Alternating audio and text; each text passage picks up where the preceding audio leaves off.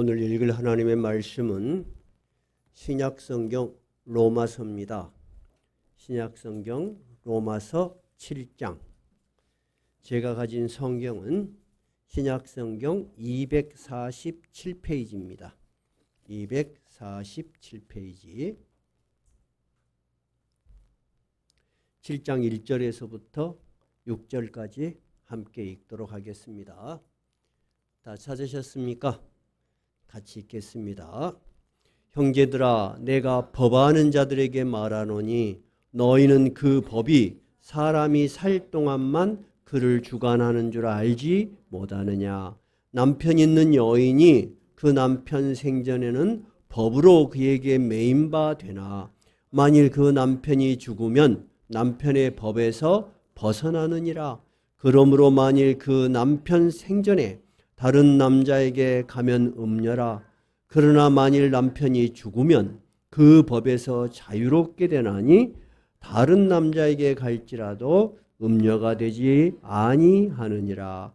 그러므로 내 형제들아, 너희도 그리스도의 몸으로 말미암아 율법에 대하여 죽임을 당하였으니 이는 다르니 곧 죽은 자 가운데서 살아나신 이에게 가서 우리가 하나님을 위하여 열매를 맺게 하려 함이라. 우리가 육신에 있을 때에는 율법으로 말미암는 죄의 정욕이 우리 지체 중에 역사하여 우리로 사망을 위하여 열매를 맺게 하였더니 이제는 우리가 얽매였던 것에 대하여 죽었으므로 율법에서 벗어났으니 이러므로 우리가 영의 새로운 것으로 섬길 것이요 율법 조문에 묵은 것으로 아니할지니라. 아멘. 바울 사도가 로마서에서 전하고자 하는 가장 핵심적인 주제는 우리는 이제 율법이 아닌 예수 그리스도를 믿고 의롭다고 인정을 받는 것입니다. 하는 것이죠. 우리가 예수 그리스도를 믿음으로 의롭다고 인정을 받고 구원을 받는다. 그것을 신학적으로 뭐라 그런다 그랬어요? 이신칭의예요.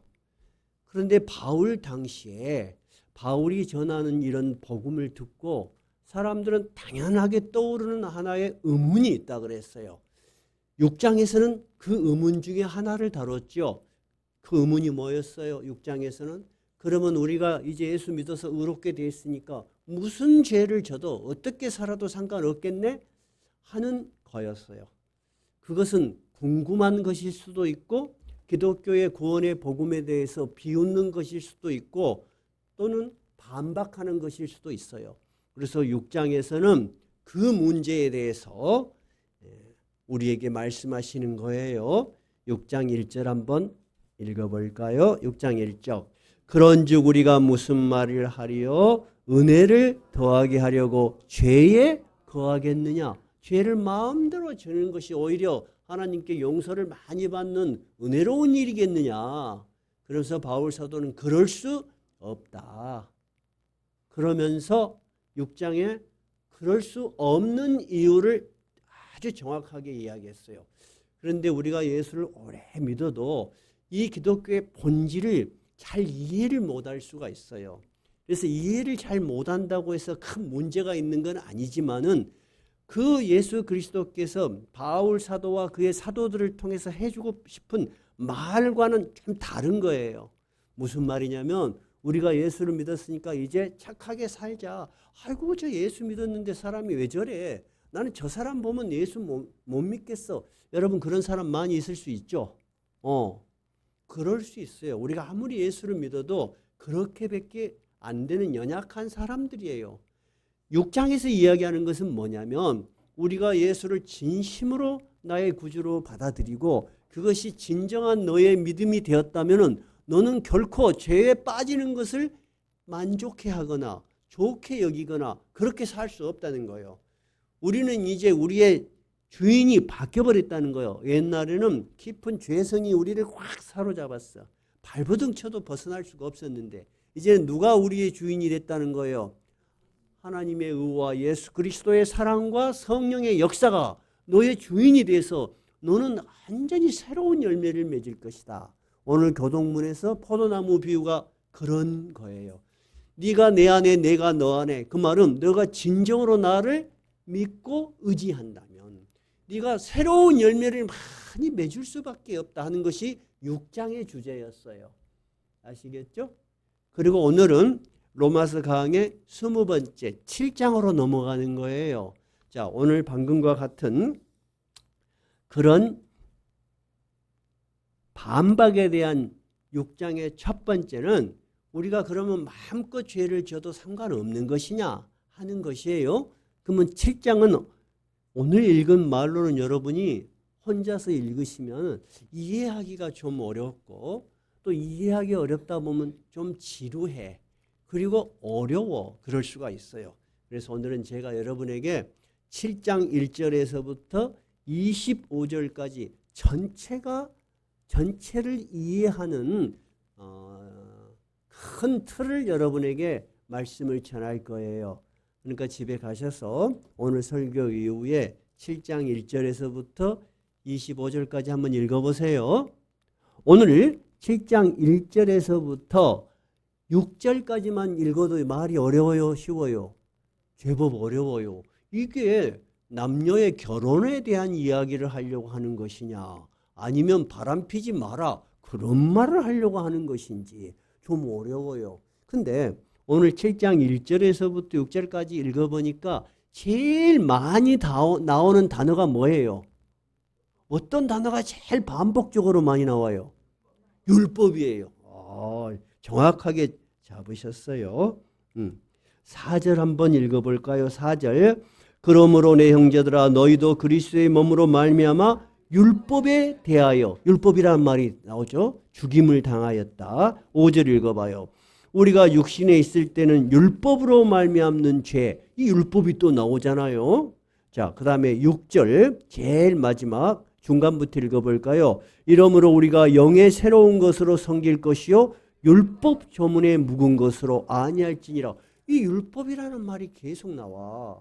근데 여러분이 율법이란 말을 딱 듣는 순간에 여러분 답답해 안 답답해? 답답해. 그럼 맨날 알아먹지도 못한 딱딱한 말 같아.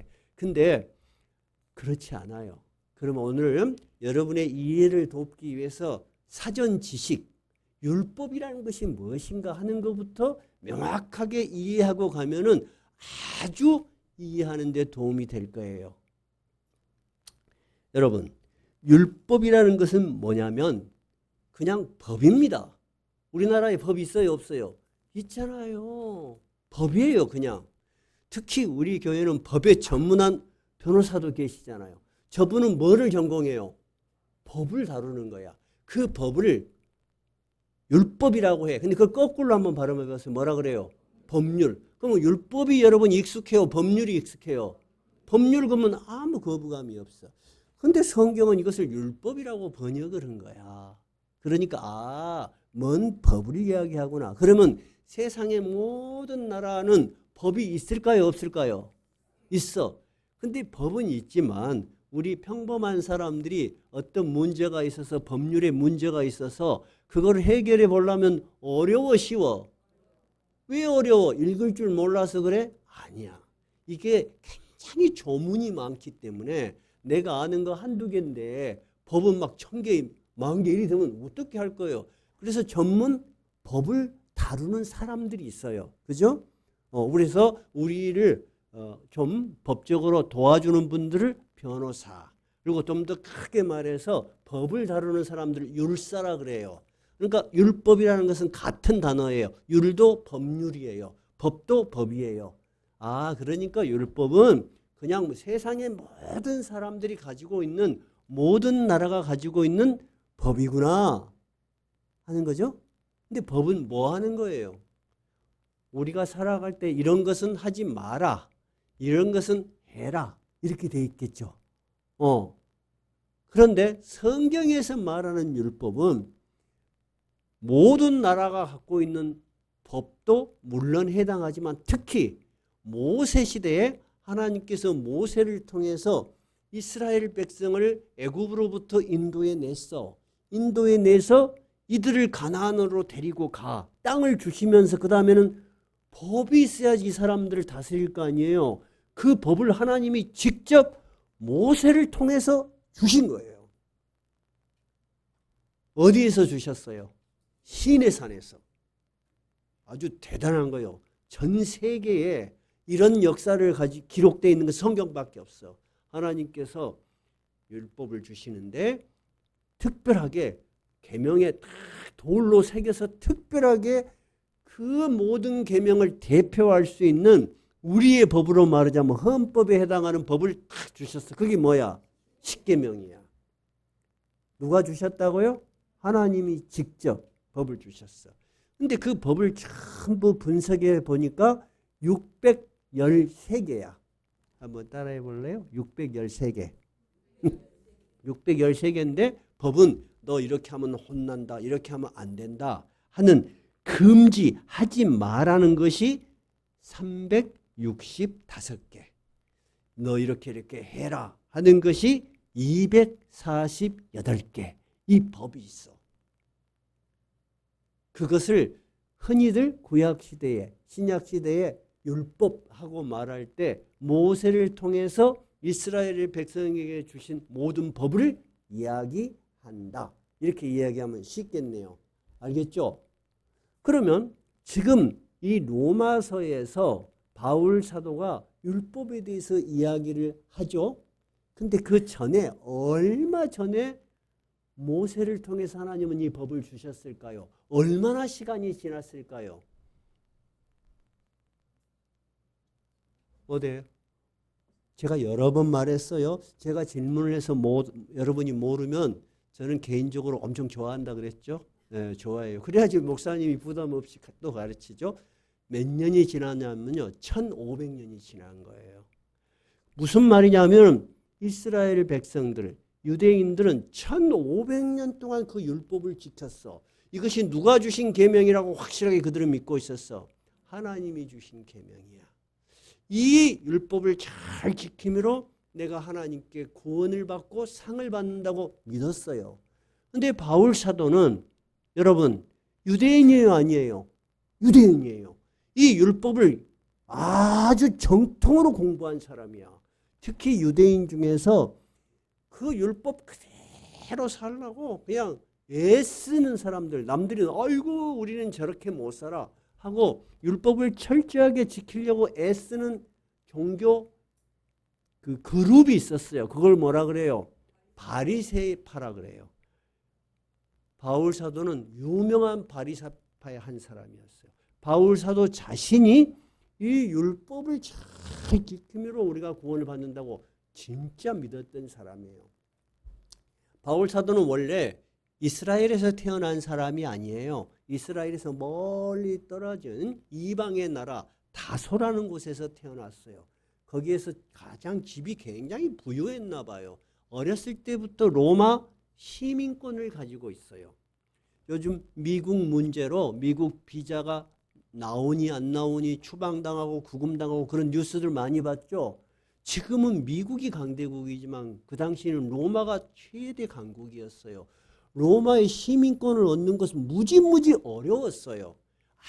아주 로마의 기여를 크게 한 사람들, 그런 사람들에게만 로마인 아닌 사람들에게도 시민권이 주어졌는데 바울 사도는 태어날 때부터 로마의 시민권을 가졌다는 것은 그 집안이 굉장히 유력했다는 거예요. 그죠?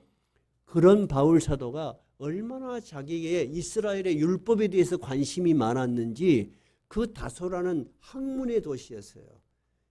학문의 도시를 떠나서 예루살렘까지 유학을 왔어요.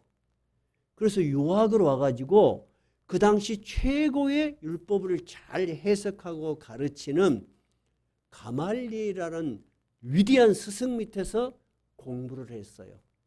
바울 사도는 율법을 어때요? 아주 자랑스럽게 생각했고 전문가요.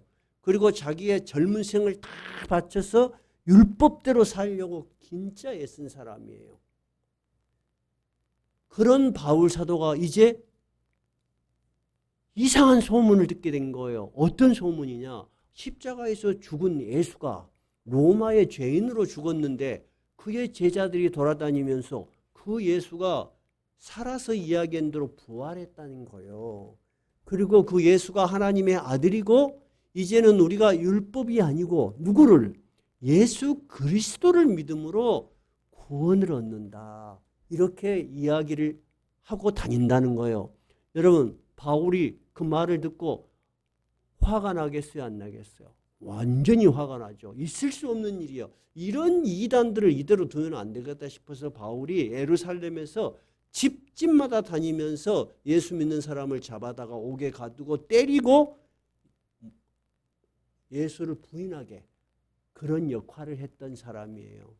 그런 바울 사도가 어느 날 예수 믿는 사람을 잡으러 가다가 하늘에서 들리는 예수 그리스도의 음성을 직접 듣죠. 죽었다고 생각한 어떤 음성을 듣는 거예요? 바울아, 바울아. 성경에서는 사울이라고 나와요. 사울아, 사울아, 왜 네가 나를 핍박하냐? 그때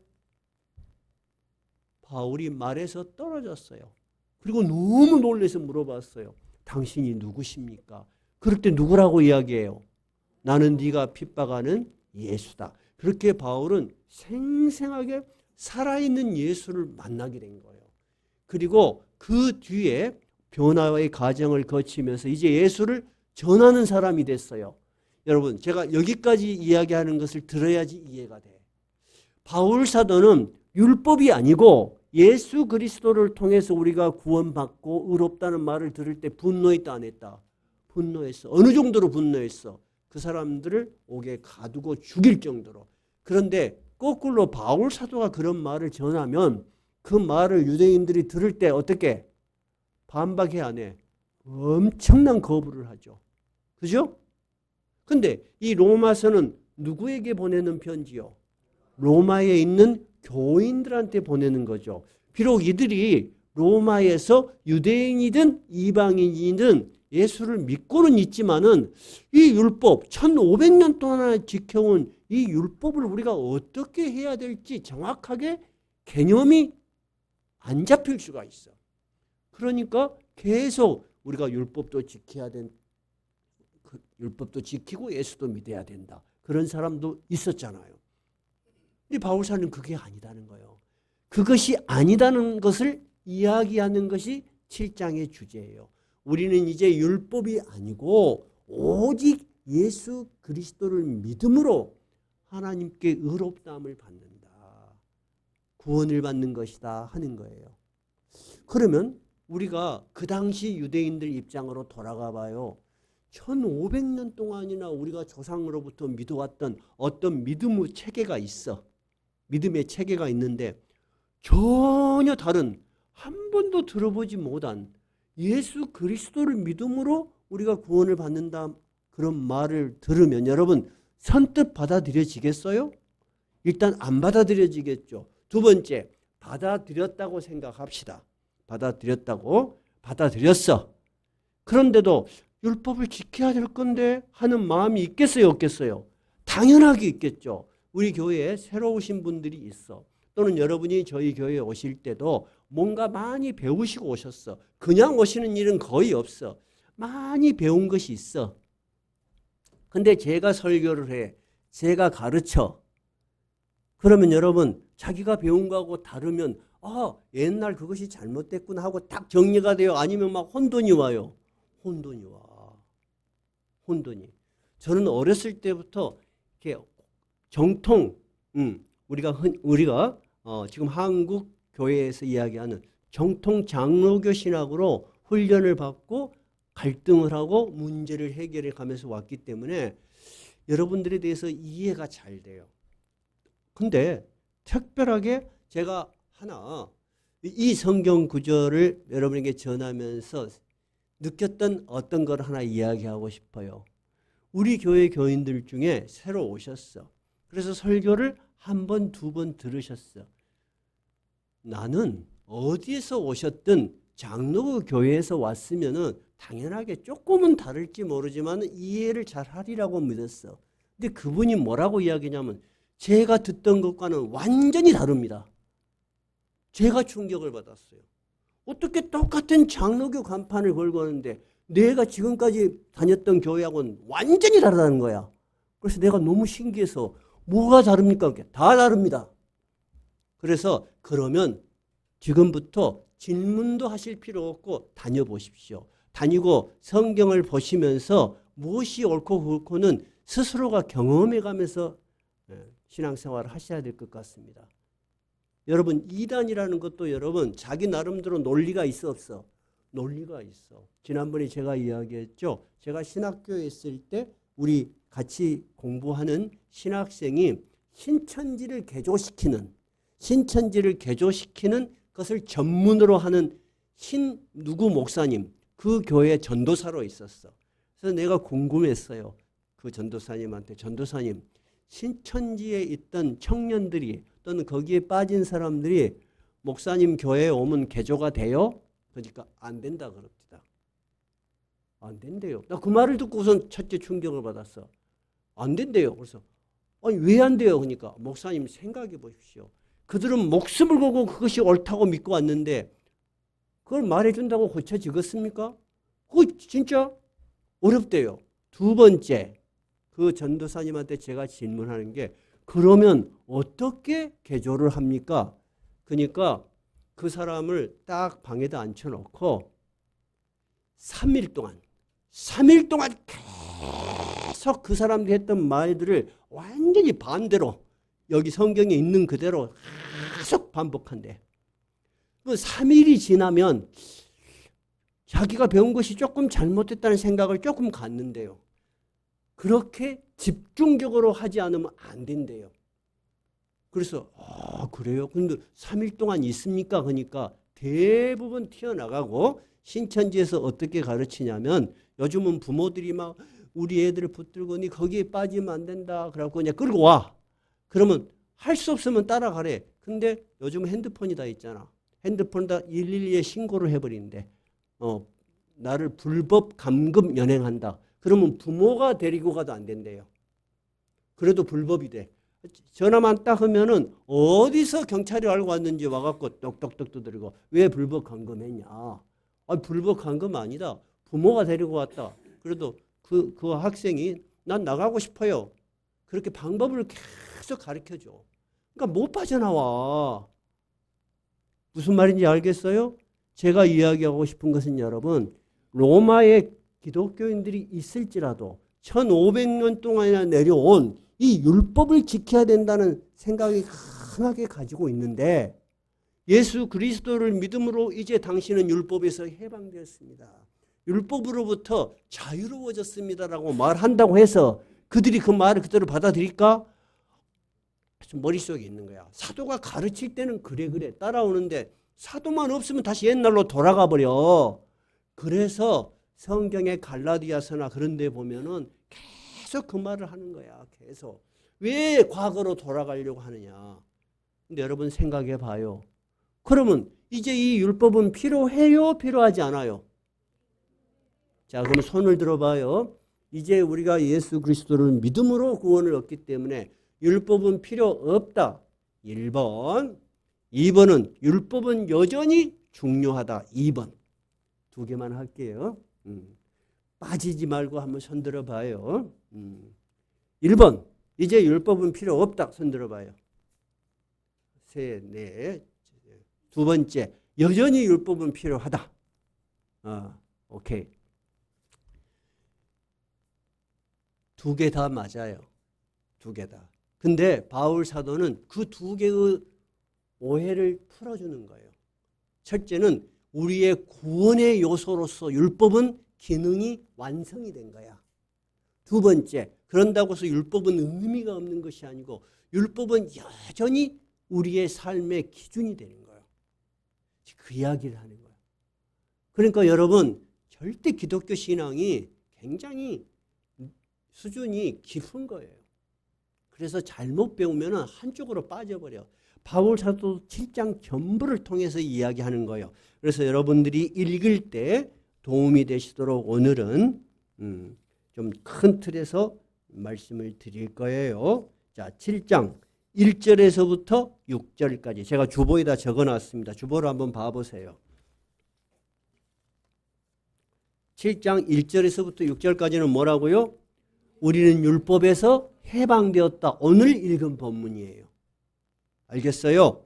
그 다음에 7장 7절에서부터 13절은 그러면 율법은 지금 우리에게 무슨 역할을 하는 것이냐 하는 거예요. 그 다음에 14절에서부터 25절까지는 뭐냐? 그러면 우리에게 율법이 여전히 어떤 필요가 있다면 예수 그리스도를 믿는 것은 우리에게 어떤 큰 구원의 메시지를 주는 것인가 하는 거예요. 무슨 말이냐면 우리는 이 율법대로 살아보려고 해도 굉장히 안 된다는 거예요. 여러분도 신앙생활 하지만 여러분 잘 살아보고 싶죠? 우리 교회에서도 모범이 되고 싶고 목사님이 봤을 때 아이고 저 양반은 진짜로 목사 다음에 목사 시켜야 되겠네 할 정도로 잘하고 싶죠. 여러분도 마찬가지일 거예요. 다 잘하고 싶지만 여러분 현실적으로 잘하기 쉬워요? 어려워. 현실적으로 어렵고 내 마음이 항상 같지가 않아. 어쩔 때는 침체에 빠지고 어쩔 때는 나약해지고 어쩔 때는 막 그리 안 해야 되는데도 막 분노가 치밀어 오르고 그러죠. 우리 자체가 너무 연약해. 그래서 우리는 이 율법대로 살기에 너무 힘이 들어. 그 율법의 한계에서 우리를 끄집어내어 주신 거야. 이 율법이 의미가 없다는 것이 아니고 이 율법이 내가 내 힘으로 할 수 없는 것을 하나님께서 아시고 예수 그리스도를 통해서 네가 너무 연약하니까 네 힘으로 네 능력으로 네 신앙을 자랑하려고 하지 말고 네 신앙을 완성시키려고 하지 말아라는 거예요. 그것은 잘못 생각하는 거예요. 오늘 여러분도 마찬가지예요. 여러분이 굉장히 잘해서 신앙이 완성되는 게 아니에요. 여러분이 신앙이 깊으면 깊을수록 어떤 결론에 도달해야 되냐면 나는 참으로 연약한 사람이다. 내가 하지만은 내가 하나님의 구원에 도달할 수 있고 하나님이 나를 구원해 주시는 것은 누구를 보고 하는 거예요? 예수 그리스도께서 나를 위해서 죽었다는 나의 믿음이에요. 내가 예수 그리스도 앞에 무릎을 꿇고 내가 당신 때문에 구원을 받았습니다. 나의 구원은 당신에게 있습니다. 내가 연약하여 넘어졌지만은 나는 결코 이 자리에서 포기할 수 없습니다. 당신이 나를 일으켜 세우실 것입니다. 여러분, 예수 그리스도에 대한 믿음이 여러분에게 하나님이 주시는 선물이야.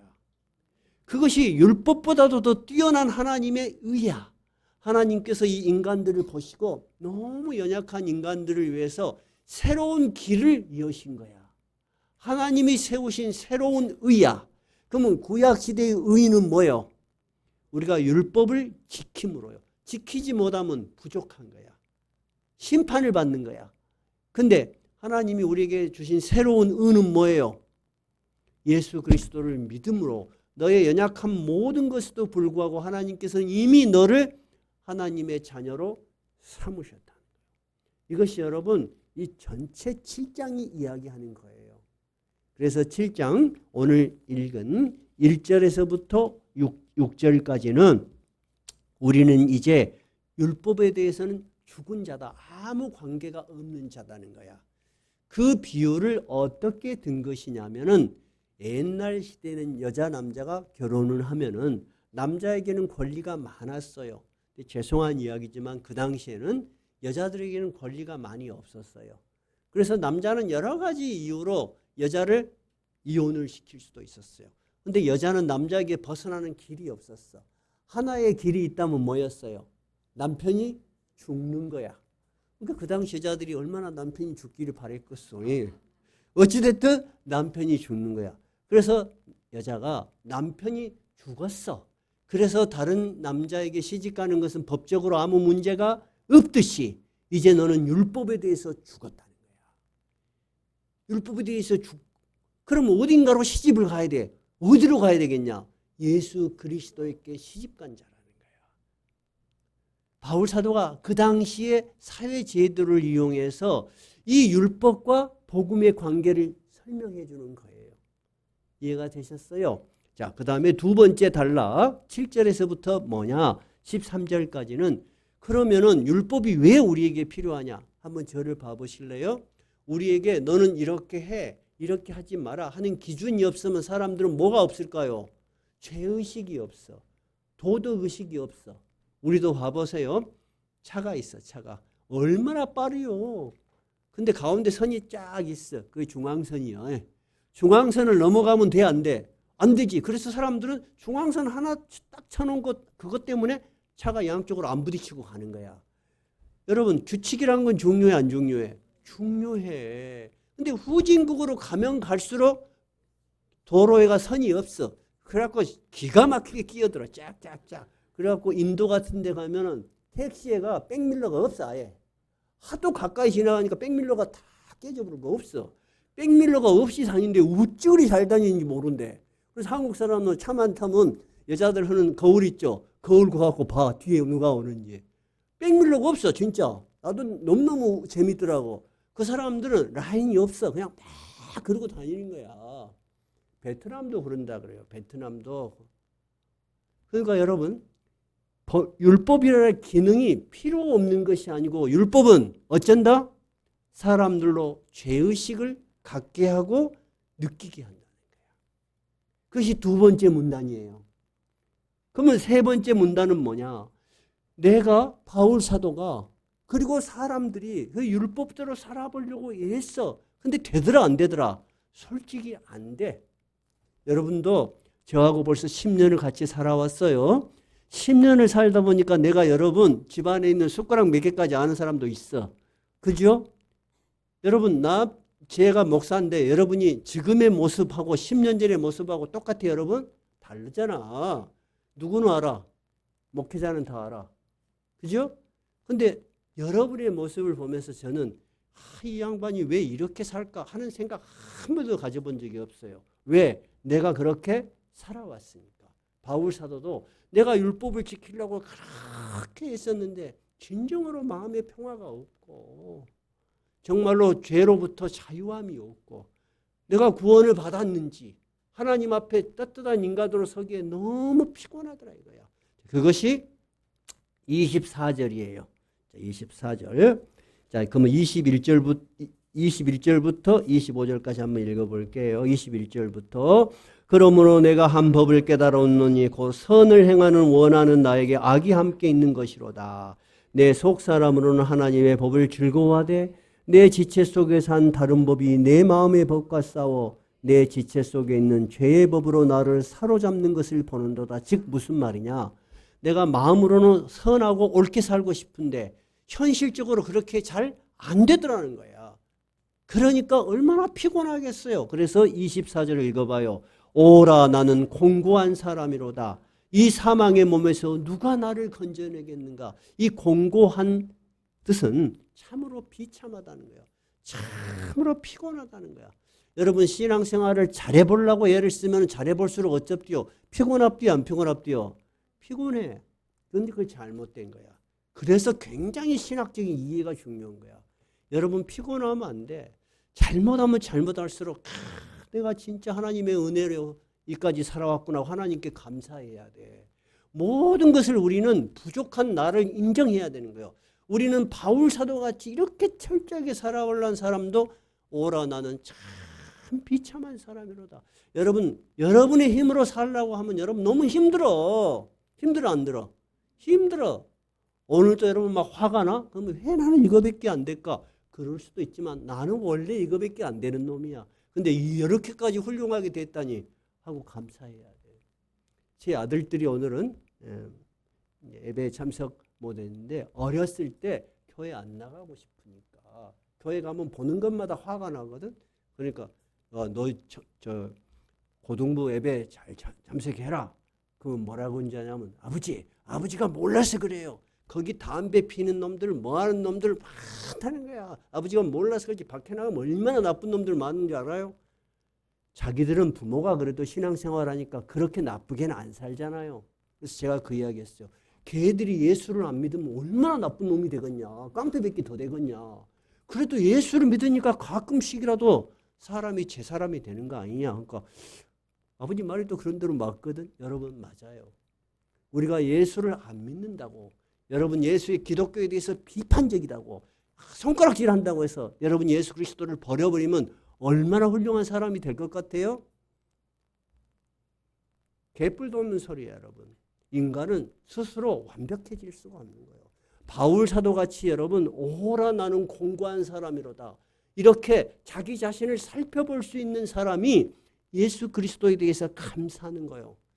저는 정말 감사해요, 여러분. 지난날 저희가 걸어온 생활을 생각하면 제가 어떻게 여러분 앞에서 설교를 할 수 있겠어요?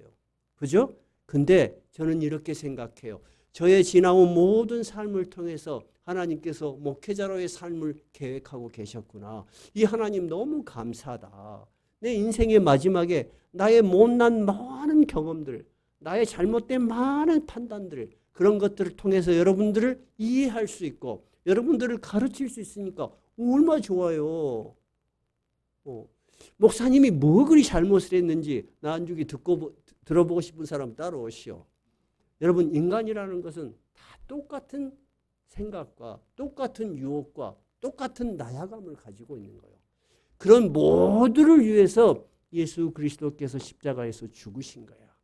그러니까 여러분은 이제부터 나의 의로, 나의 잘남으로 내가 열심히 해서 내가 하나님의 의를 이룬다. 하나님 앞에 떳떳하게 한번 서봐야지. 그런 생각하지 마세요.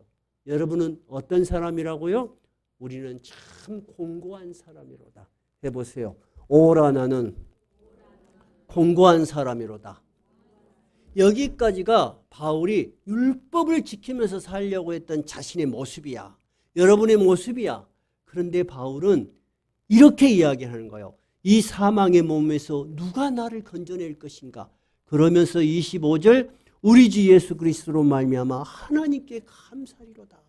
정말 하나님의 은혜가 아니었다면 내가 여기서 빠져나올 수가 있었겠는가? 여러분 이것이 오늘 본문 전체가 말하는 메시지의 흐름이에요. 이렇게 제가 이야기를 하지 않으면 여러분이 집에서 7장을 읽을 때 잘 이해가 안 되실 것 같아서 오늘은 전체를 한번 말씀드리는 거예요. 오늘 집에 가서 한번 7장 읽어볼 마음이 생기세요? 자, 손을 듭시다. 목사님이 뭐라고 말해도 나는 안 읽으란다. 손 들어보세요. 없네. 야, 목사님 이야기를 들으니까 눈이 번쩍 뜨인다. 한번 읽어볼란다. 손 들어보세요. 고맙습니다. 사실 여러분 하나님께서 여러분보다 더 훌륭한 사람을 목회자로 세운 거 아니에요. 여러분하고 똑같이 공고한 사람이로다. 나는 어린 시절부터 신앙생활 했지만 참 피곤했어요. 진짜 피곤했어요. 왜 피곤했냐? 하나님의 말씀이 틀린 것은 없는데 그렇게 사는 것이 너무 재미가 없었어. 그래서 가끔씩 예수 안 믿는 친구들 집에 가서 저녁에 잠을 자면 해방감을 막 느꼈어. 해방감. 그래서 우리 꼬마들도 아이들도 남의 집에 가서 못 자게 해. 제가 한번 자기 집을 떠나서 남의 집 가서 잠 버릇을 하면은 그 해방감을 느끼기 위해서 밖으로 돌아. 그래서 우리 꼬마 손자들도 웬만하면 잠은 너희들 집에서 자거라 그래. 근데 걔들이 꼭 할아버지 할머니 집에 와서 잘라 그래. 왜? 그래서 물어봤어. 너희 할머니 할아버지 집에 자면 뭐가 좋냐 하니까 공부해란 말 안 하니까요. 해방감을 느껴. 그죠? 저도 어렸을 때 이 나를 둘러싸고 있는 어렸을 때부터 배운 착한 친구들이 봤을 때는 다 착한 김재출이야. 근데 제 마음속은 착하는 것은 너무 무거운 짐이었어. 그냥 좀 대충 살고 싶었어. 그래서 대충도 살아봤어. 근데 대충 살아보니까 즐거워? 괴로워. 또 그거이 미쳐버려. 공고한 사람이로다. 그래서 이번에는 이렇게 결심을 했어. 진짜 내가 선하게 이 나라를 위해서 이 한 목숨 바쳐보겠다. 정치에 뛰어들었어. 그랬더니 결론이 뭐요? 너무나 공고한 사람이로다. 그래서 내가 정치인들 보면 불쌍해.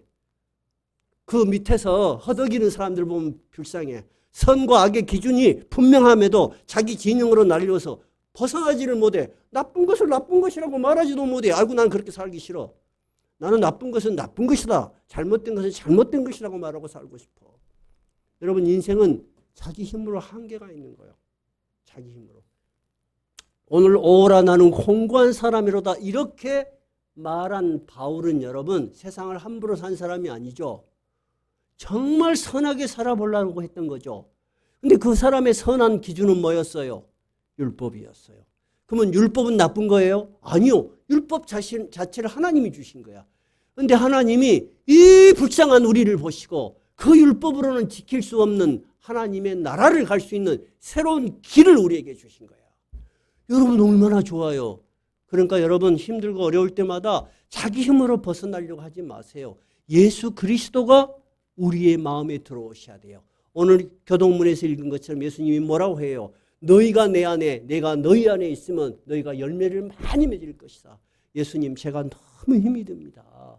나를 위해서 죽으신 예수님이 나에게 힘을 주시고 새로운 길을 열어주십시오.